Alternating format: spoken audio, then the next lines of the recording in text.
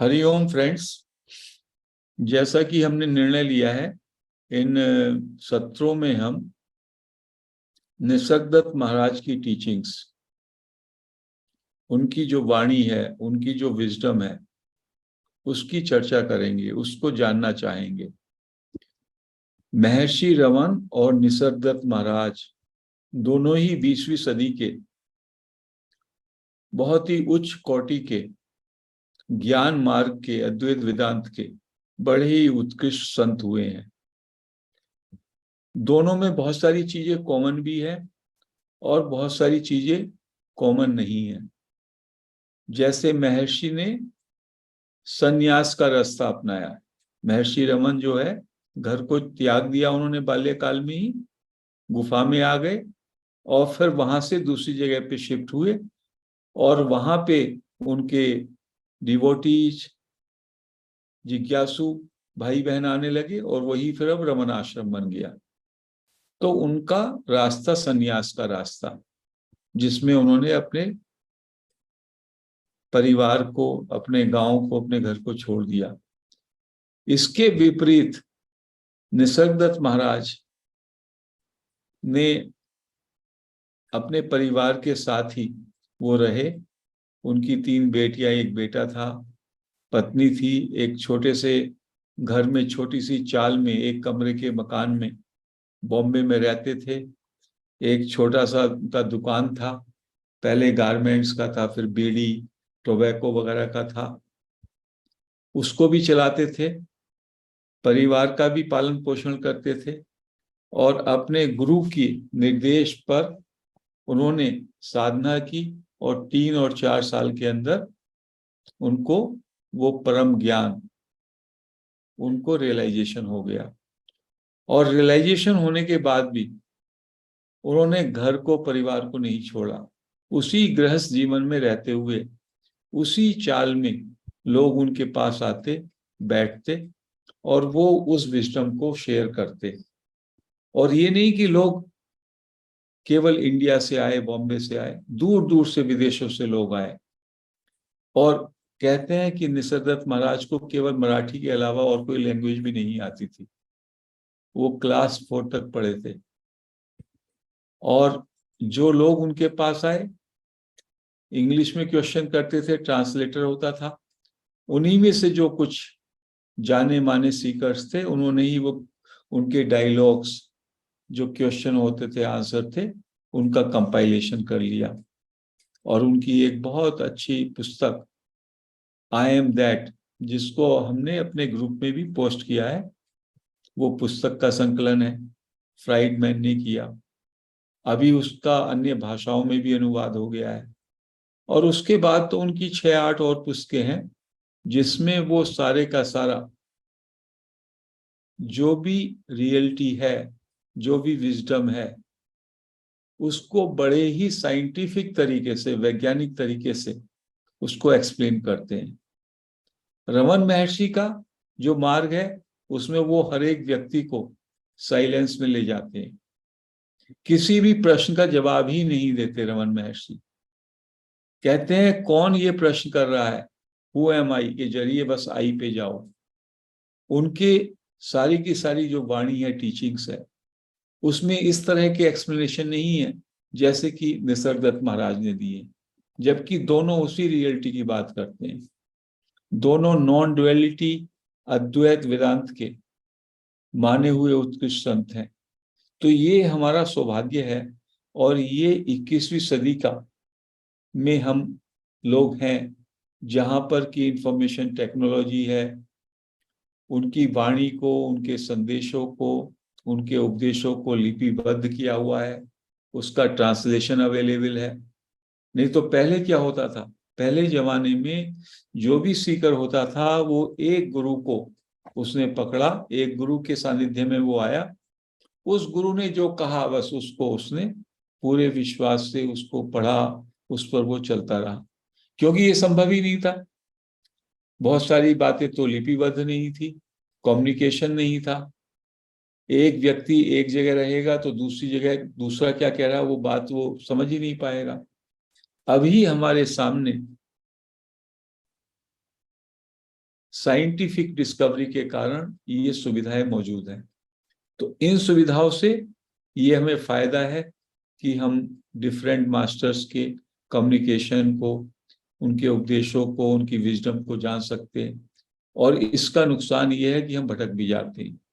हम लोग हमेशा खोजने में लगे रहते हैं, अरे ये मास्टर अच्छा है, ये मास्टर अच्छा नहीं है, ये ऐसी बात हो रही है, ये ऐसी बात हो रही है। तो इसलिए जो हमारा खोज का तरीका होना चाहिए, जिसको बुद्ध ने भी कहा, जब तक आपको अंदर से विश्वास ना हो तब तक आप पूछिए, शंका कीजिए। whatever your doubts are, you should seek their explanation from the master. But एक बार जब ये बात आपने दृढ़ता से पकड़ ली कि we are at the right place, we are at the right wisdom, हमको सही ज्ञान का एक्सेस मिल गया है, फिर चूंकि उसमें रस नहीं आ रहा या उसमें कुछ हमें आगे गति नहीं मिल रही, तो उसको छोड़ना ठीक नहीं है। ये एक सूत्र है, क्योंकि ये जो ज्ञान मार्ग है, भक्ति मार्ग है, जो भी अध्यात्म है, इसमें कुछ भी विजिबल नहीं है। ये नॉलेज जो है इनविजिबल, इनडिस्क्राइबेबल, अव्यक्त का ज्ञान है। ये अव्यक्त के ज्ञान में वैसा रस नहीं आएगा जैसा कि सेंसरी परसेप्शन की वस्तुओं में, पदार्थ में, जगत प्रपंच में आता है। तो बहुत बार शुरू में हमारे अंदर उत्सुकता होती है, उत्साह होता है, कुछ दिन अच्छा लगता है, और फिर हमारा मन उससे उचट जाता है। और शायद वही टाइम होता है, वही टाइम है कि शायद आप कुछ दिन और ठहरते तो आपको और आगे गति आती। क्योंकि कभी तो आपको लगेगा कि आपकी अंडरस्टैंडिंग डीपन हो रही है, और कभी आपको फ्रस्ट्रेशन लगेगा कि अरे मुझे तो कुछ समझ में ही नहीं आ रहा है, perhaps I am not suited to this wisdom, ये विजडम मुझे नहीं आ रही। उसके लिए संतों ने कहा, आप कुआं खोदते हैं, आप कुआं खोदते हैं, कुएं की मिट्टी कभी कभी तो खोदते हैं, फावड़ा चलाते हैं, मिट्टी पोली होती है, पोरस, एकदम खुदती चली जाती है, गड्ढा एकदम हो जाता है। यू फील वेरी हैप्पी, अरे हमने आज शुरू किया था, आज ही जो है 3 मीटर 4 मीटर गड्ढा खुद गया। उसके बाद नीचे उसमें क्या होता है, कंक्रीट, पत्थर, पत्थर आ जाते हैं। अब उसको आप खोदते रहिए, खोदते रहिए, उसमें आपको 1 इंच 4 इंच 5 इंच भी गहराई नहीं मिल पाती, तो आप फ्रस्ट्रेट हो जाते हैं। ऐसे ही ये स्पिरिचुअलिटी का मार्ग है। इसमें कभी तो आपको लगेगा you are moving ahead, you are progressing, you are understanding, things are moving efficiently. और कभी आप इतने थक जाएंगे, इतने उदास हो जाएंगे, लगेगा एज इफ पूरी तरीके से एक दीवार खड़ी है, पूरी तरीके से सब कुछ रुक गया है। तो सेजेज कहते हैं, संत कहते हैं, रुकना नहीं है, आपकी जो भी प्रोग्रेस है उसको आप इनफैक्ट असेस ही नहीं कर पाएंगे, आप अपने अंडरस्टैंडिंग को इवेल्युएट नहीं कर पाएंगे। अंडरस्टैंडिंग तो डीपन होगी ही जब भी आप किसी भी उत्कृष्ट संत का, रियलाइज सेज की वाणी को सुनेंगे, उनके उपदेशों को सुनेंगे, उनकी विजडम को सुनेंगे, तो ऐसा हो ही नहीं सकता कि उसका असर और प्रभाव ना पड़े। तो ये मुझे सारे भाइयों बहनों से कहना है, सारे मेंबर्स से, सीकर्स से कहना है कि जो भी मार्ग उन्होंने पकड़ा है, पहली बात तो अच्छी तरह से निश्चय कर लीजिए कि ये मार्ग, ये विजडम, ये मास्टर, ये वास्तव में अल्टीमेट ट्रुथ की बात कर रहा है। इस बात को आपको, इसको विश्वास करना पड़ेगा। अंदर से आपकी कॉल आए, विश्वास आए, विश्वास जब कर लिया तो उसके बाद बार बार रास्ता नहीं बदलना चाहिए। रास्ता बदलने से वैसे ही होगा, कभी गड्ढा यहाँ खोदा, कभी गड्ढा दूसरी जगह खोदा, कभी गड्ढा तीसरी जगह खोदा, कहीं भी पानी नहीं निकलेगा, कहीं भी कुएं तक नहीं पहुंच पाएंगे। तो जिन भी भाइयों बहनों ने ये मार्ग पकड़ा हुआ है, मैं देखता हूँ बहुत बार उनके क्वेश्चंस होते हैं और उस क्वेश्चन से लगता है कि शायद उनकी अभी अंडरस्टैंडिंग नहीं बनी है, लेकिन कोई निराश होने की जरूरत नहीं है। और जिन लोगों की गति हो रही है उनको भी बहुत ज्यादा उत्साहित होने की जरूरत नहीं है। वो सोचते हैं देखो हमारी तो समझ में आ रहा है, वो देखो कैसा क्वेश्चन कर रहा है, उसकी समझ में नहीं आ रहा है। कल को मालूम पड़ेगा कि उसका गड्ढा खुद जाएगा ज्यादा और आप वहीं पे रह सकते हो। सो नेवर, ये ईगो होती है आपकी। कभी कभी कोई क्वेश्चन करता है, दूसरा आदमी आकलन कर लेता है, अरे क्या what stupid question he is doing, इसको कुछ समझ में नहीं आ रहा है, ये पिछले 6 महीने से, साल भर से ये पूछ रहा है, इसकी कुछ समझ में नहीं आ रहा। You are no buddy to जज, no body is able to जज दूसरे का क्या ग्रोथ है, दूसरे की क्या अंडरस्टैंडिंग है। You have to take care of yourself. और या आपके अंदर वननेस का फीलिंग होना चाहिए। वननेस के फीलिंग में जो क्वेरी आप करते, वो क्वेरी आपके बिहाफ पे वो कर रहा है। यदि आपके अंदर वननेस की फीलिंग होगी तो कहीं कोई भी क्वेरी ऐसी नहीं है जो आपको रिलेट ना करे, और कोई भी आंसर ऐसा नहीं है जो आपको सेटिस्फाई ना करे। और इसीलिए जब सुबह को आप मैसेज पढ़ते हैं तो बहुत सारे लोगों की क्या प्रतिक्रिया होती है, कहते हैं मुझे इसी के आंसर की तलाश थी और ये आंसर मुझे मिल गया। So every query can be related to you, every answer can be related to you. उस भाव से, उस एक्सेप्टेंस से हमें इन टीचिंग्स को, इस विजडम को सुनना है, उसको शेयर करना है, उसमें पार्टिसिपेट करना है, उसको एब्जॉर्ब करना है। वो है ही ऐसी, विजडम है ऐसी है, एक बार जब आप उस पर अट्रैक्ट हो जाएंगे तो in fact wisdom will prevail over you. Wisdom आपको पकड़ लेगी, आपको नहीं छोड़ेगी। आपके अंदर बस अहम वृत्ति नहीं आए, ईगो नहीं आए, डूअरशिप नहीं आए, सेंस ऑफ सरेंडर रहे। तो ये जो दो मास्टर हैं जिनकी हम टीचिंग्स पार्ट्स बार बार उनका डिस्कशन करते हैं, महर्षि रमन का बहुत टाइम किया, अभी निसर्गदत्त का कर रहे हैं, ये टीचिंग्स अनमोल टीचिंग्स हैं। और ये दोनों संत बहुत लाउड उद्घोषणा कर रहे हैं। इनकी घोषणा बहुत ही जोरदार घोषणा है। कहते हैं you are free here and now, आप अभी जीवन मुक्त हैं। बाकी बहुत सारे हमारे शास्त्र पुराण वेद कहते हैं कोटि कोटि जन्मों में धीमे धीमे धीमे धीमे चींटी की चाल से, पिपीली का मार्ग, चींटी की चाल से आपको गति मिलेगी। जो कर्म की बात करते हैं, जहां पे आप कर्ता होते हैं और अपने कर्मों को ठीक करने में कोटि कोटि जन्म लगते हैं।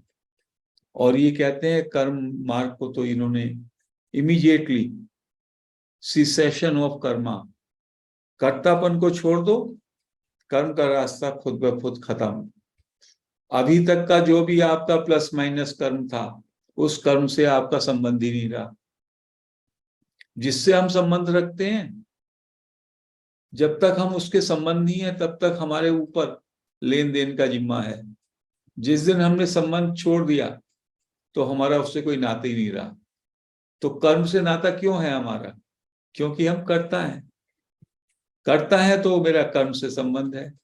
मैं करता ही नहीं रहा तो मेरा सारा कर्म की गठरी, वो गुड बाई टू दैट। ऐसा तो कितना अच्छा रास्ता महर्षि रमन ने, निसर्गदत्त महाराज ने बताया। और ये केवल कंसेप्ट नहीं है, इसको उन्होंने रियलाइज किया। उन्होंने कहा कि you can never be doer, nobody can be the doer, entire cosmos is the doer, everything is happening। तो जो इन मास्टर्स की देन है, निसर्गदत्त महाराज की और रमन महर्षि की, दोनों ही एक दूसरे के पूरक हैं। ये महान देन है कि हम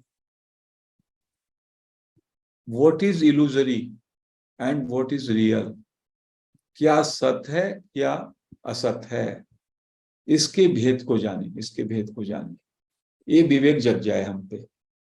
और जब हम पे ये विवेक जगेगा तो जो असत्य है वो खुद ही छूट जाएगा, क्योंकि जो इल्यूजरी है, जो ट्रांजिटरी है, उसमें फिर रस नहीं आएगा। जब तक हम उसको मानते हैं ये सत्य है, ये रियल है, तभी तक उस वो हमको आकर्षण देता है। जैसे ही हमें ये पता चला ये है ही नहीं, ये this is not real, this is illusory, उसके इल्यूजन कहने से, उसके करेक्टर को जानने से ही हमारा उससे अटैचमेंट हो जाए, टूट जाएगा, वी विल गेट डिसोसिएटेड। तो उस तरह से वैराग्य आ जाएगा। वैराग्य और विवेक साथ साथ चलते हैं। And then what happens, only आप रियलिटी के आप भक्त होते हैं, रियलिटी के आप उपासक होते हैं, और अंत में ये पता चलता है आप स्वयं ही रियलिटी हैं, योर नेचर इज रियलिटी। तो फिर बचता क्या है? आप जो अपने को व्यक्तित्व मान रहे थे, you were considering yourself person और personality, it goes first. Then जो आपका फीलिंग ऑफ बीइंग है, आई एम, वो भी धीमे धीमे जब आप उस पे एब्जॉर्ब करके चलते हैं तो वो भी समापन हो जाता है। And then only the ultimate truth, the absolute remains. ये निसर्गदत्त महाराज की टीचिंग है। तो निसर्गदत्त महाराज हमको क्या समझाते हैं? कहते हैं कि इसके लिए जो मेरे गुरु ने मुझको निर्देश दिए, गुरु ने जो मुझको महामंत्र दिया, उस महामंत्र को ही मैं आपको दे रहा हूं। क्या महामंत्र है? महामंत्र है केवल आई एम। आई एम पे बने रहें, आई एम को जाने। ये आई एम क्या चीज है? आई एम का दूसरा नाम है बीइंग, होनापन, हैपन का भाव। और बड़ी अच्छी तरह से उसको समझाते हैं, इतनी अच्छी तरह शायद किसी मास्टर ने सेंस ऑफ आई एम को नहीं समझाया जितना अच्छा इन्होंने समझाया है। कहते हैं अपना अंदर झांके, इंट्रोस्पेक्शन करें, और आप हमेशा पाएंगे कि आपके अंदर ये फीलिंग रहती है कि मैं हूं, होनेपन का भाव रहता है।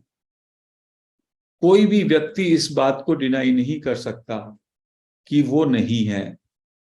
जब से आपका शरीर का निर्माण हुआ, और शरीर के निर्माण के बाद जैसे ही आपको थोड़ी याददाश्त आती है या थोड़ी सी अवेयरनेस आती है, तो आपके अंदर सेंस ऑफ बीइंग या सेंस ऑफ प्रेजेंस या सेंस ऑफ अलाइवनेस आता है। यही आई एम है। कहते हैं सब में पहले जो एराइज होता है, सब में पहले जो अनुभूति होती है, जो सब में पहला एक्सपीरियंस है, अनुभव है आपको, वो होता है आई एम का, होनेपन का। उसके बाद होनेपन के अनुभव से बहुत सारा चीजें जुड़ जाती हैं। जैसे आई एम दी बॉडी, पहले आई एम का अनुभव होगा, उसके बाद शरीर उससे जुड़ जाएगा। I am the body in the world, जगत प्रपंच भी जुड़ जाएगा। आप देखें पूरे पूरे दिन में जो भी आपके साथ हो रहा है, नाउ आई एम स्पीकिंग, इसमें भी आई एम है, सेंस ऑफ बीइंग है, और उसके साथ मेरा बोलना जुड़ रहा है। You are listening, I am listening, आपके भी अंदर सेंस ऑफ बीइंग है, उसके साथ आपने लिसनिंग को, एक क्रिया को जोड़ दिया। समटाइम्स आई एम हैप्पी, तो आई एम के साथ हैप्पीनेस जुड़ गया। I am sad, I am के साथ, होनेपन के साथ मेरा मूड सैडनेस जुड़ गया। आई एम गोइंग, होनेपन के साथ मूवमेंट की क्रिया जुड़ गई। तो जो ये एसेंस है हम सबका, जब हम बॉडी में होते हैं, ये फीलिंग ऑफ प्रेजेंस है। I know that I M, इसको कह सकते हैं। ये नॉलेज कि मैं हूं। तो निसर्ग दत्त महाराज कह रहे हैं इसको थोड़ा सा बारीकी से इस बात को आप समझ लीजिए। अपने होने के भाव को, द फीलिंग और the knowledge that you are. जब आप यू आर में आई एम पे रहेंगे तो आप उसके आगे जो चीजें जुड़ रही हैं उनको रिजेक्ट करेंगे। You reject your body, you reject your thought, you reject your mood, you reject your mental state, everything. Simply stay into I am. केवल होनेपन पर, बीइंग की फीलिंग में पूरी तरीके से सेंस ऑफ प्रेजेंस। जब मैं एक्सप्लेन करता हूं कि आप अपने एनर्जी बॉडी पर कनेक्ट करें, तो एनर्जी बॉडी पे कनेक्ट करने से आप उस बीइंग में आ जाते हैं। That is a good access point. Energy में क्या है? You feel you are alive. The feeling of aliveness means staying in being. लेकिन हमारा देह भाव, that I am a body, मैं एक शरीर हूं, मैं एक मन हूं, मैं एक पर्सनैलिटी हूं, ये इतनी बुरी तरह से, इसने मजबूती से हमको जकड़ रखा है कि आई एम को प्योर फॉर्म में या आई एम को आइसोलेटेड फॉर्म में महसूस करना भी हम भूल गए। जबकि ऐसा कोई भी क्षण नहीं है जबकि आप अपने होनेपन को डिनाई कर सके। Can anybody deny that he is not? Every one of us is. कभी आप कह सकते हैं, कोई कह सकता है, कोई ऐसा क्षण है, कोई ऐसा टाइम है जब आप कहेंगे मैं नहीं हूं? आप हमेशा हैं, आप हमेशा होते हैं, लेकिन आप उसके साथ जोड़ देते हैं I am this, I am that. This and that को रिजेक्ट करना है, तो आई एम पर ठहरना है आपको। और इसी को कहा बीइंग। आई एम कह दीजिए, बीइंग कह दीजिए, सेंस ऑफ प्रेजेंस कह लीजिए उसको, कहीं कहीं पे कॉन्शियसनेस भी कहा। जब आप इस पे टिकना आपका शुरू हो जाएगा, when you get hold of I am, when you stay into this I am, फिर उसके बाद बहुत सारी चीजें प्रोग्रेस होंगी। जब आई एम में ठहराव आएगा तो एक टाइम ऐसा आएगा जब आपकी ये knowledge, you know that you are, वो भी डिसअपियर हो जाएगी। Means you at times you will know you are, at times you will not know you are, ऐसा हो जाएगा। और फिर एक टाइम ऐसा आएगा जबकि इसके बियॉन्ड चले जाएंगे आप, आई एमनेस के बियॉन्ड चले जाएंगे, which is the supreme state. Maharaj कहते हैं which is the supreme state. उसके लिए कुछ करना नहीं है, केवल आई एम पे बने रहना है, केवल आई एम पे टिके रहना है। तो पूरे दिन हमारा ये काम होना चाहिए कि आई एम के साथ जो भी जुड़ी हुई चीजें हैं उनको रिजेक्ट करते रहे, रिजेक्ट करते रहे। Not this, not this, not this, not this, I am not this. शुरू में आप वर्बल भी कर सकते हैं उसको, शुरू में आप उस प्रैक्टिस को वर्बल तरीके से भी कर सकते हैं। अंदर बोलनी शुरू कर दीजिए। जैसे एक बहन कीर्ति उस दिन बता रही थी, श्वास लो आए, छोड़ो एम। कैसे भी आई एम जब आप करेंगे तो आई एम का आगे का कनेक्शन टूटेगा, आपके वर्ड्स का ये पावर होगा। और जब हम कोई वर्ड बोलते हैं तो उसका फीलिंग भी आने लगता है हमको। आप देखें, आई एम करते हुए, मैं हूं करते हुए, हैपन आपके अंदर, हैपन पे आप फील करने लगेंगे, वो एब्जॉर्ब हो जाएगा। तो पहले हमें शब्द या मन के स्तर पर आई एम को करना है, फिर धीमे धीमे वो फीलिंग के स्तर पर आएगा और फिर और सूक्ष्म हो जाएगा वो भाव, that will be the state of pure being. लेकिन ये जो बीइंग है ये तभी संभव होता है जब आप किसी फॉर्म में होते हो, बॉडी में होते हो। और जब आप इस बीइंग में स्टे करते हैं तो एक स्टेट ऐसी आती है जब आप इसको भी ट्रांसेंड कर लेते हैं, उसके भी बियॉन्ड चले जाते हैं। That is the supreme state. इसलिए महाराज निसर्गदत्त महाराज कहते हैं it is a door, I am is the door. कैसा दरवाजा?